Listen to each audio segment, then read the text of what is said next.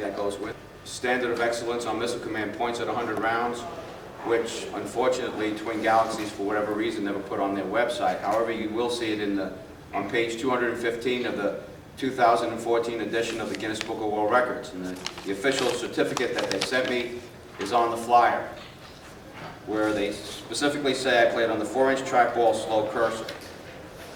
So nice. I'm basically going to read the flyer because I wrote it myself. It is now July 2014, and we can see the third new release of Twin Galaxies, supposedly owned and controlled by Jace Hall. And yet on the Twin Galaxies website scoreboard right now, the notations of trackball side with cursor speed for arcade missile command scores has not been indicated for each score. Now let me read exactly an insert from the Twin Galaxies website, that's also on the flyer, what the Twin Galaxies website says concerning player's choice for trackball settings for tournament arcade missile command scores. As it says, but the scores will all be ranked in the same high score table with no intentions to track on and off in separate tables. Kind of silly. I mean, you know, you have two different scores on two different settings, you have to make a distinction. Now, Twin Galaxy says the trackball speed will be noted with the score, but noted where? It says it's noted, but it's not even on the website. So that cursor speed choice should be clearly indicated along with the trackball size used for all arcade missile command scores listed by Twin Galaxies. Until that is done, Twin Galaxies should be considered the same corrupt and dishonest organization it's always been. Now, there are 3 missile command champions. There's one for the trackball on 4-inch with the fast cursor.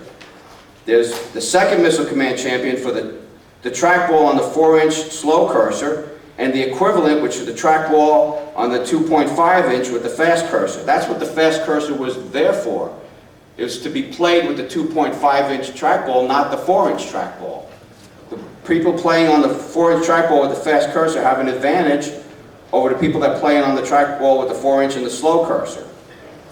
And then there should be, obviously, a third champion for whoever can play on the 2.5-inch trackball with the slow cursor, which would be the most difficult.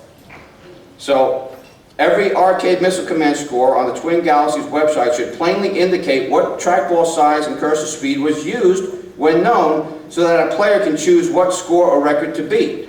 And you look at the listing of Twin Galaxies arcade tournament missile command scores, beginning with Tony Temple's 4 million point score, and you can't find any indication of what choices were made, which could easily be done with 7 to 10 character spaces. I mean, there's more than one way to solve a problem.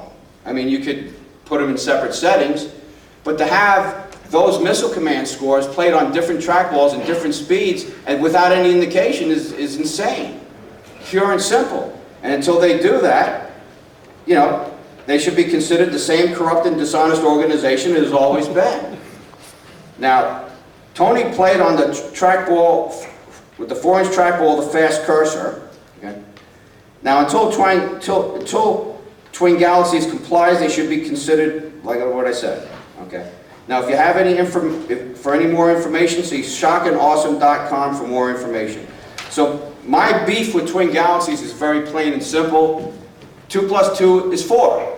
It's not 5. Right? So, you know, and if you can see you also have a copy of the website as it was last week.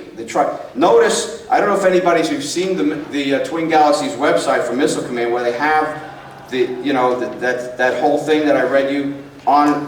No bonus cities are awarded. Settings have been amended March 10th to indicate dip, blah, blah, blah, blah, and then they say dip switch number 4, player's choice. This whole thing is like embedded into this little thing that you have to scroll on to even read it when it's on the website, so that nobody can make a copy of it. When you're trying to, if you're at the library or using a printer, it makes it very difficult to make a copy, which I believe was intentional. So, I mean, with this new Twin Galaxies, until they comply and simply tell us that 2 plus 2 is 4, not 5, well, same corrupt and dishonest organization. So, thank you. Now, if there's any other questions you want to ask me, I'd be more than happy to take some questions.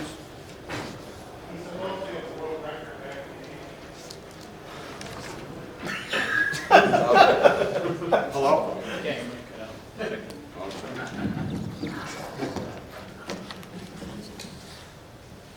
Hello? Okay.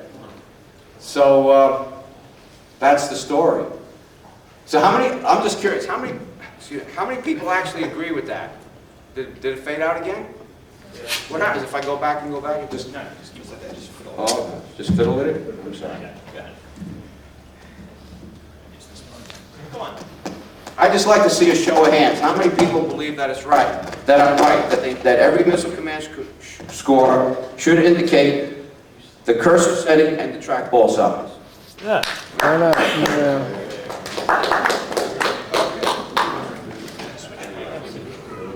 I think it's here. Move down to the mic.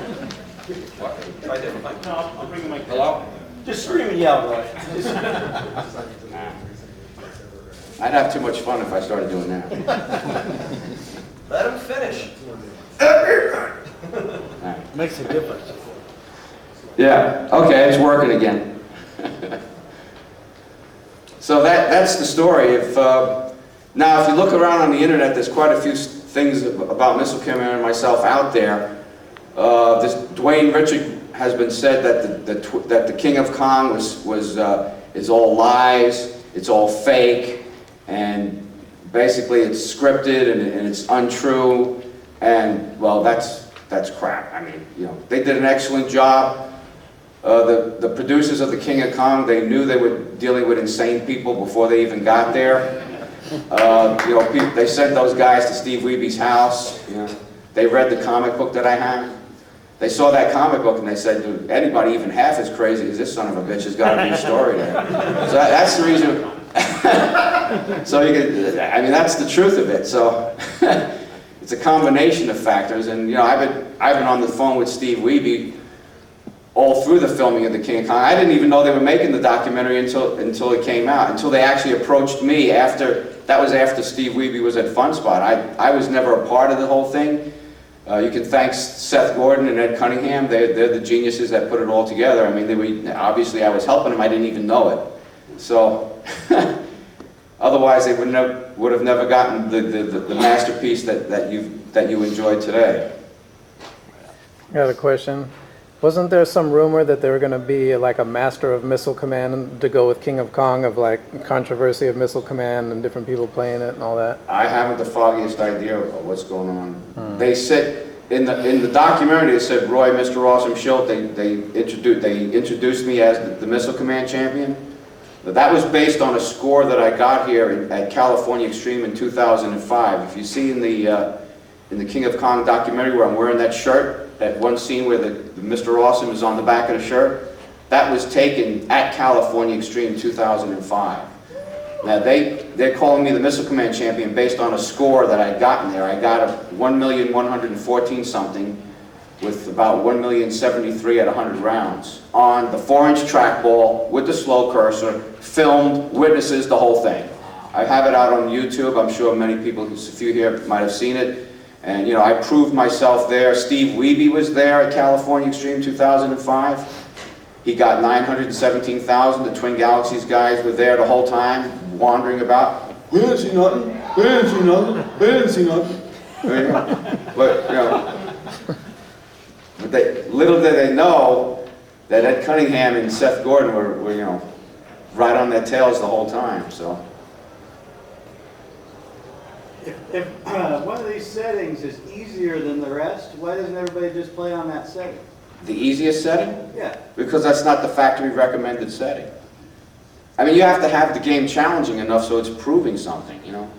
It's like Donkey Kong. If it wasn't for the kill screen, like for instance, Steve Sanders lied about his Donkey Kong score. He said he got a 3 million point score.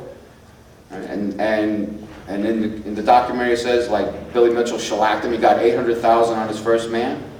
If it wasn't for the kill screen, he probably would have got a 4 million point score. You know, it's not quite challenging enough. Luckily they have a kill screen, it's forcing it to be more challenging, and that's the reason why Guinness is now recognizing points at 100 rounds for Missile Command, to make the game more challenging. How long did it take you to get that first 1.6 million you got a long time ago? How long did it take me? Yeah. About an hour and 20 minutes or so. But when the game first came out, I mean, it's a difficult game by anyone's standards. Yeah, that's true. And to this day, I remember when that game came out.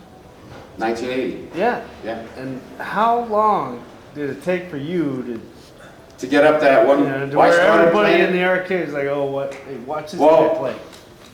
when it came out, they actually had a missile command machine in the college dormitory where I was living. They had one there. So when I went to eat and then go into the elevator in my room, the missile Just command playing it all the was time. playing it all the time. Well, they had them on campus too. You know, there was plenty of them. I mean, there were like 8 missile command machines in walking distance of where I lived. And I'd see them when I was young and healthy, and I could run around all day long. You know, jump up and down and be even more crazier than I am now. You had the Z28 or Camaro or whatever it was? Oh no, that's later. That's later. You know, I had to keep garnishing it. I mean, being the missile command That was champion cool. wasn't exciting enough for the general population, so I had to keep garnishing it with as much craziness as I could, getting as much attention. Cool. So who was the famous guy? Who's the famous one? Which one? You know, the one you were going to read. No, I don't want to talk about it. We all know. Come on. Hey, it got me on Howard Stern. I was on Howard Stern for 20 minutes. He never even asked me about missile command. All he wanted to ask me about was blowjobs. What did you Ask me. I mean, the American people are more infatuated with a blowjob than they are a video game score. I mean, you know, you do what you have to do to get the job done. That's what it is. Can't argue with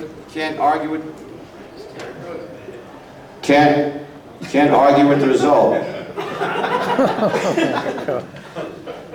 If it wasn't for that, there'd be no King of Kong, so what can I tell you? You've made a pattern over the years in both the movie and in your YouTube videos of talking about the various missile command scores you've had, and the way, in your opinion, Twin Galaxies has disregarded not just one of your scores, but several of your scores over the years.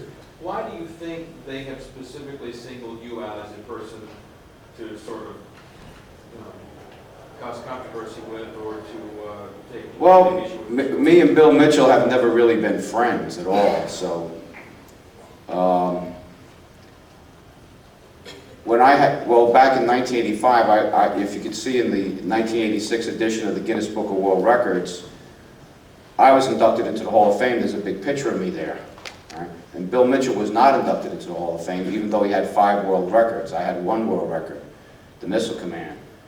So I had an argument with Bill. I said, my Missile Command score is greater than your 5 world records. So 20 years later, the Missile Command score is still there, and all his 5 records have been beaten. And the last one to be beaten was Steve Wiebe on the Donkey Kong. When Steve Wiebe initially broke his record, he was okay with it. It didn't bother him that much. And then I reminded him, I said, see, I told you so. And that's when he went nuts. And he said, oh no, I gotta beat the Donkey Kong champion. This guy's got the Missile Command score. And he just went crazy, and that's when he started taking the score down. And he took down Tim Zerbe's score too. Not that they really touched on that. There was so much, he just couldn't stand me having a record and he didn't have one, and that's what the whole thing was really about. It So wasn't.